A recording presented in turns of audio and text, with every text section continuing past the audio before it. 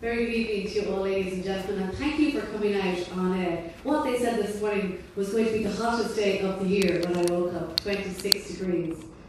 So many thanks for coming out and giving up the sunshine to join us here to hear all about Symprove. Tonight this is the world premiere of Symprove's breakthrough study on diverticular disease. And for those of you hearing about Symprove for the very first time, it's been described by the medical profession as a breakthrough in the probiotic market. For the hundreds of thousands of people living in Ireland with gut health issues, at the moment there is no cure. But this product is a game changer, and it's already helping tens of thousands of people. Symprove isn't new. It's been in development for the past 15 years, and it's been in the Irish market for the past 2 years. But what is new, though, is that there are now 3 independent publications, scientific publications, one published and 2 currently under peer review, that show Symprove medically helps with the treatment of IBS, IBD, and diverticular disease. So this year has been a really, really exciting year for the founders of the product, and they're here tonight to share the good news. I'd now like to introduce you to the man himself, the founder of Symprove, Barry Smith, who's going to give you some background of the product, a bit of background on himself and how he got started with it. And I think, I might say, it might have all started because you were growing a lot of sweet corn. Is that right? Hardly. But I'd like you to put your hands together for the founder of Symprove, Barry Smith.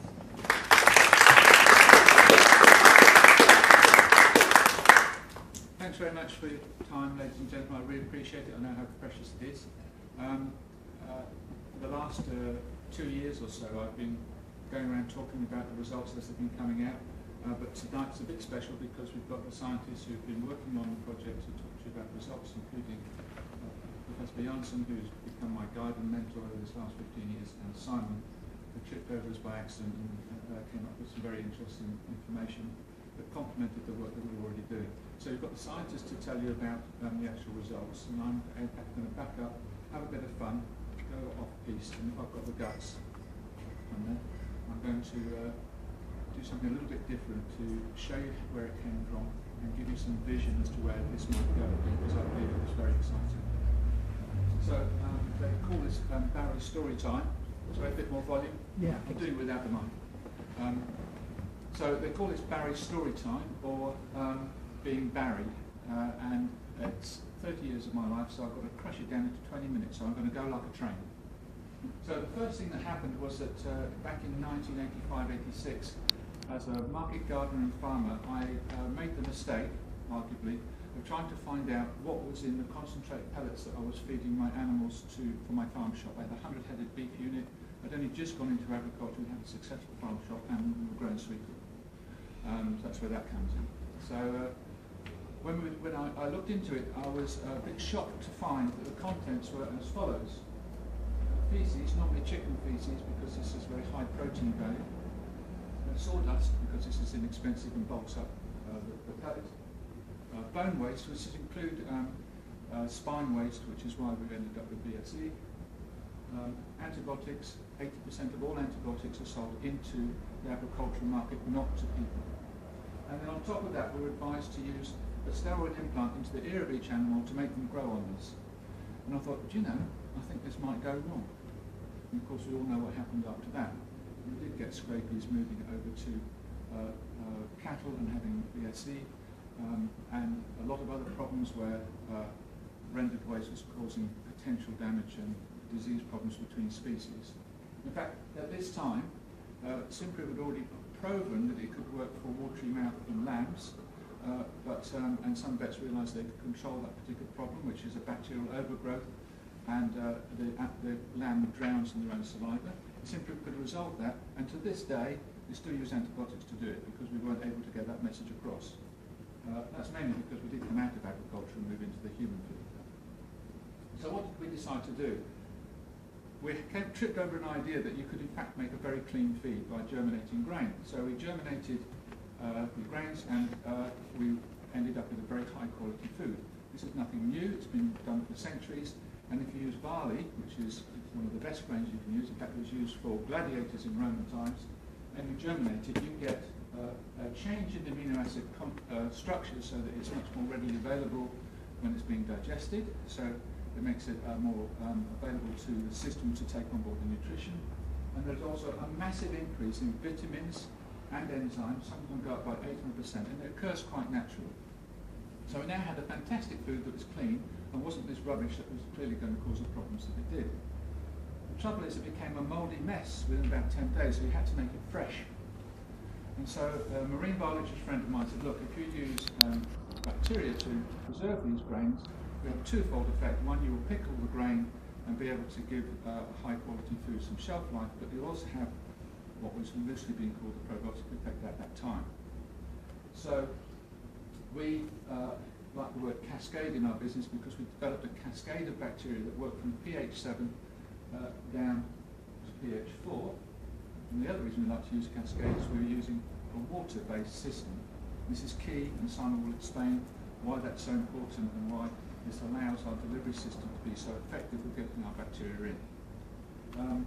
It wasn't such a delightful setting. Actually, it was in a kitchen with lines of bottles, a bottle of red wine, and testing which bacteria worked at which pH so that we could work out how they could bring the pH down.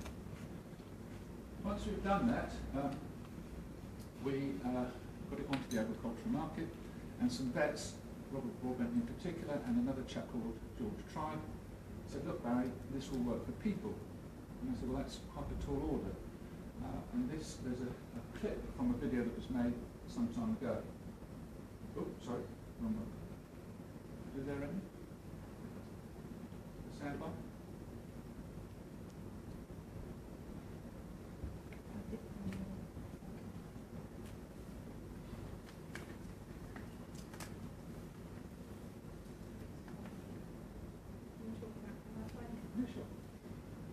So Robert Broadbent's a working vet, mainly working in the agricultural side rather than the small veterinary side. A very successful vet, and he was finding out how our technology worked for colitis in cats and dogs in particular. So with a chap called George Tribe, they tested our technology on over 100 cats and dogs, and they found that they could resolve colitis. We were using it agriculturally to prove that you could keep animals alive, so that there was a reduction in mortality. So mortality in pig units runs between 12 and 14%, and we were taking it down to about 4%. I think because of the public's awareness of the use of antibiotics and residues and side effects, we've got to find ways of using naturally occurring products to be able to treat and prevent disease problems. So I think products like this are going to be more likely to be used in the future. So this is somebody who did have vision, real vision. 20 years ago that clip was taken, and it was him and George Tribe that said, look, you've got to try and take this to people. Now, we couldn't pursue this any further agriculturally, because although it was successful, unfortunately British agriculture was going bankrupt at the time, so we had to make a call as to whether we'd continue with something that we knew worked, or whether we were to abandon it and get on with another business idea. But I was taken with this, and I started to go around the hospitals to try and get people to understand what I was doing. And I went to 4 hospitals with a little packet of goodies to say this is what I've done on cattle and pigs and poultry and ostriches. And 3 of those hospitals looked at me as though I was completely mad, and we didn't do anything with them. And I went to a management team at King's, and they listened to what I had to say, and they said, you need to come back and meet a medic to explain what you're doing. And we met Professor Bjarnason. We explained the situation to him. He has, over the last 15 years, confirmed that the other 3 hospitals were right. I am a bit mad. And he said, okay, I will work with you for one reason and on one condition. And the reason he wanted to work with us, and he will shout if I'm saying this incorrectly, was that he was no longer prepared to prescribe any of the drugs that were available for IBS because the downside outweighed any potential benefit.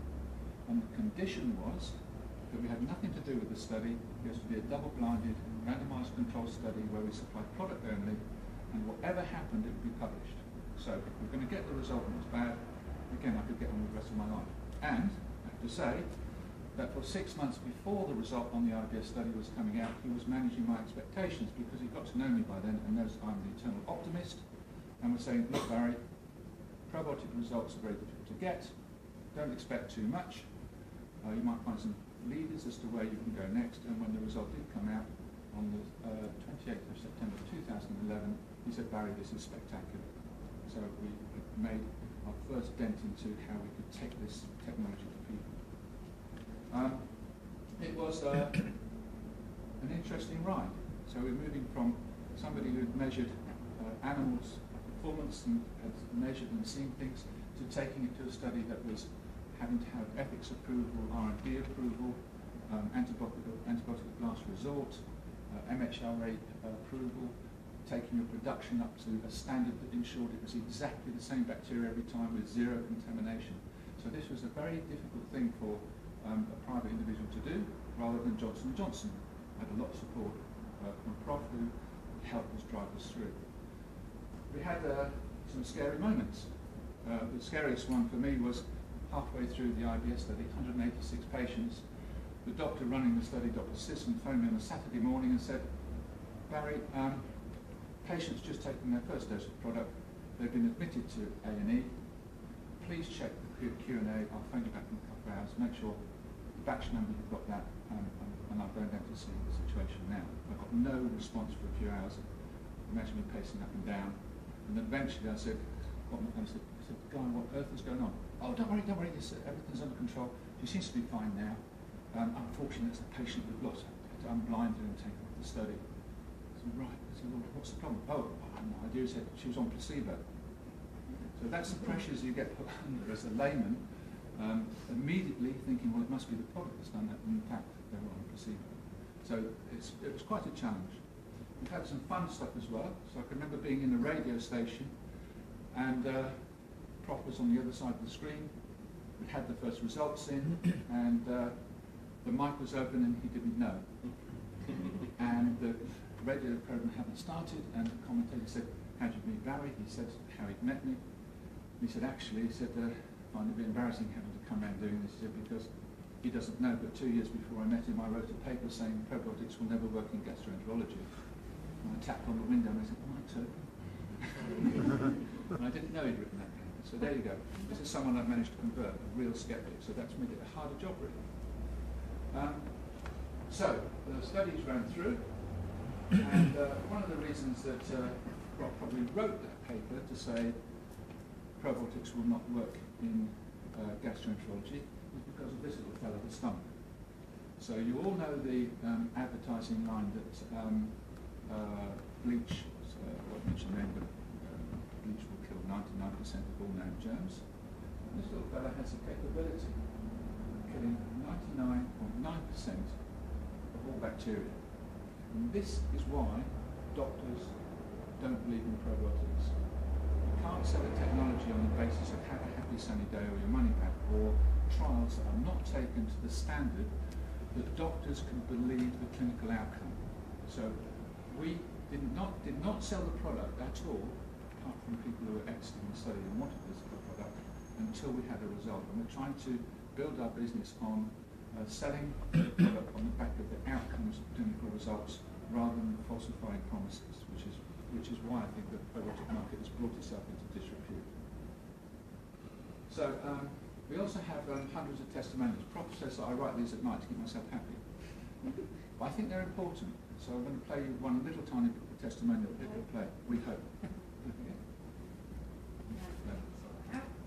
David.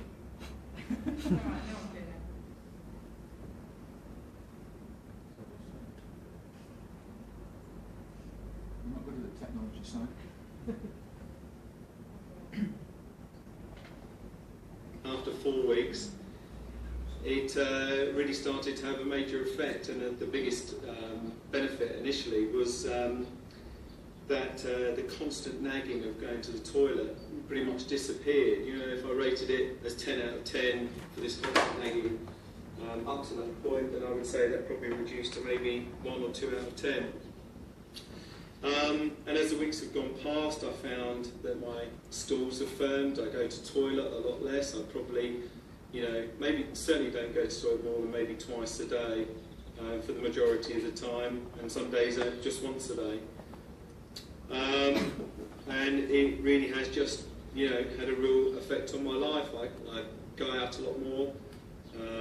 I don't worry so much about where toilets are these days. And if somebody asked me would I recommend somebody try it, my answer would have to be why not? It's an all-natural product. It's worked for me. Okay, so I put this up as one of hundreds, probably thousands of testimonials we have now, just to focus back on the fact that it's actually helping people on a day-to-day basis. And also another interesting point, when I first met Professor Janssen, he was very interested in using the technology for IBD because he's a world expert in that field. And I felt that was stretching our technology too far and was more comfortable with IBS, which is likely a lesser problem despite it being affecting more people. And the IBD situation is different because it's a life-threatening situation, and I didn't want to face that challenge. And the IBD study is now completed, and we now have another study on diverticular disease, all of which you'll hear about next. But in this particular case, there's a friend who I'd known for some time with ulcerative colitis. He'd had over 3 courses of steroids for the last 15 years. He had not been on holiday with his family in 15 years. He was unemployable, so he was self-employed and would come to work. And by his own admission, he came to our business centre because we had good toilet facilities. And he would be on the phone to his clients who was doing mortgage broking and say, "I'm sorry, Mrs. Jones, the phone. I was just going off, if you don't mind, put the phone down, go to the toilet, come back. Yes, that file's all right now," and carry on with business. So it's a very, very difficult disease to manage.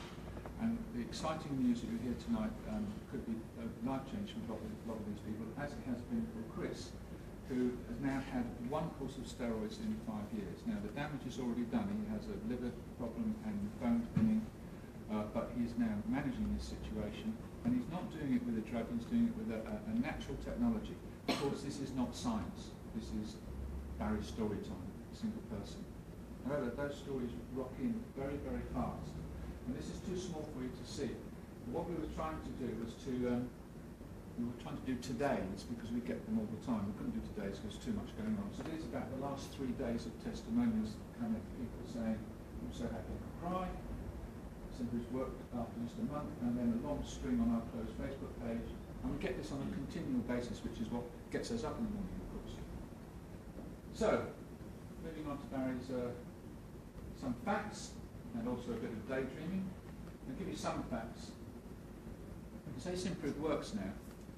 I believe that we can say this because if you've been in a peer-reviewed paper of the right quality, my understanding is that information is now medical fact held in perpetuity. The problem is, we don't have to tell anybody. We can tell you verbally, but we cannot put it in any of our information because we're a food technology and we can't claim to have a medicinal effect. The other fact is that we are serving over 5,000 patients per month every month, and it's growing all of the time, and we're probably the largest treatment centre for IBS and IBD in the UK now, and people are buying it on a regular basis. So it sort of tells you something when you consider that's been in the main by word of mouth. Now this is a guess, and this is because we now have a paper published. We're hoping that there'll be more papers published off the back of the work that Kings have done on the UC and the DV study. The doctors are picking up at last. So this was essentially led from the top-end scientists who understood what happened, and then from nutritionists and nurses and dietitians. And the doctors didn't have their boxes ticked, but now their boxes are becoming ticked, and we feel as though there's a greater interest there, or we know there is. Okay, so just to sort of finalise, this is a bit of visionary stuff. The numbers in the bacterial world are extraordinary, and you can have a lot of fun with them. So, for example, this there's a Symprove or daily dose of Symprove, which I'll take now. There you go. It's 10 billion bacteria.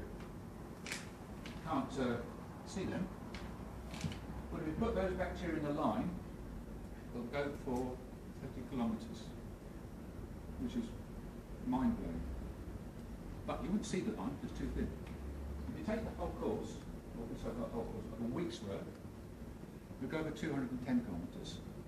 At one stage, we realised we'd hit 200,000 bottles in the last production year. We did the calculation and we found that you could go more than a line to the moon and back. No, actually, that's a mistake. To the moon and back 50 times. So the numbers thing is extraordinary. What you've got to be careful of is whether the number can work. So a lot of the probiotic industry is selling you a number, and it's not the number that counts, it's whether you can clinically measure the outcome. So that's what we hope to show you later on. And I did this picture to sort of show you scale. After the DDW conference, I took a week off, I went motorbiking, and this was in the mountains near the Yosemite's.